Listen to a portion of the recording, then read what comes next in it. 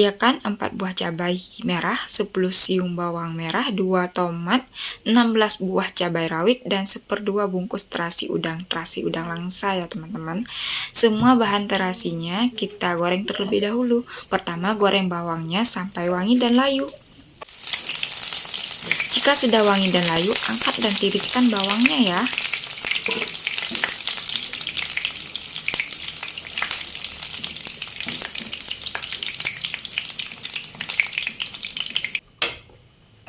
Selanjutnya saya goreng cabai merah dan cabai rawitnya.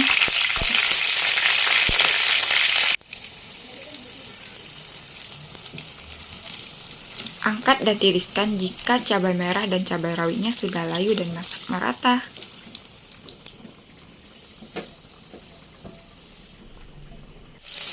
Selanjutnya saya goreng tomatnya juga sampai layu ya teman-teman.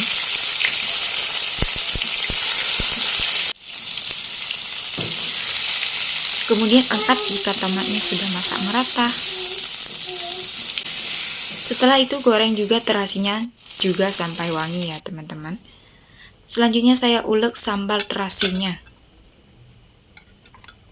Pertama saya ulek cabainya terlebih dahulu. Tips mengulek dengan mudah teman-teman, potong dulu semua bahannya ya teman-teman. Ulek bahan satu persatu mulai dari yang bertekstur keras seperti cabai.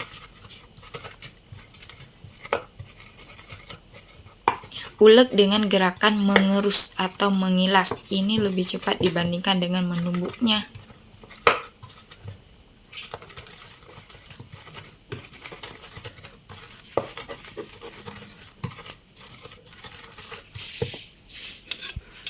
Selanjutnya tambahkan bawang merahnya.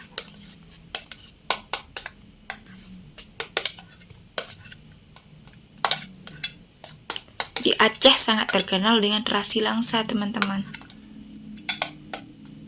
Selain rasanya yang kuat, wangi terasinya pun sangat terasa dan menggoda. Nanti kapan-kapan suatu saat teman-teman ke Aceh jangan lupa bawa oleh-oleh terasi langsa ya.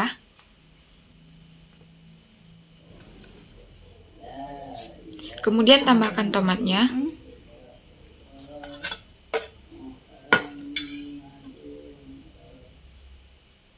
Selanjutnya diulek kembali sampai semuanya tercampur.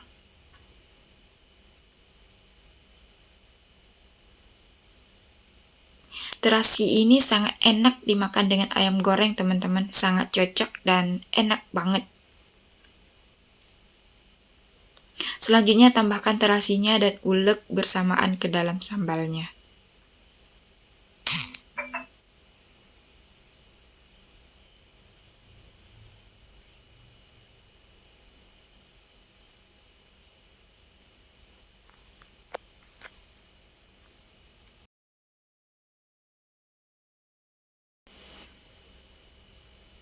Jangan lupa tambahkan sedikit gula dan garam.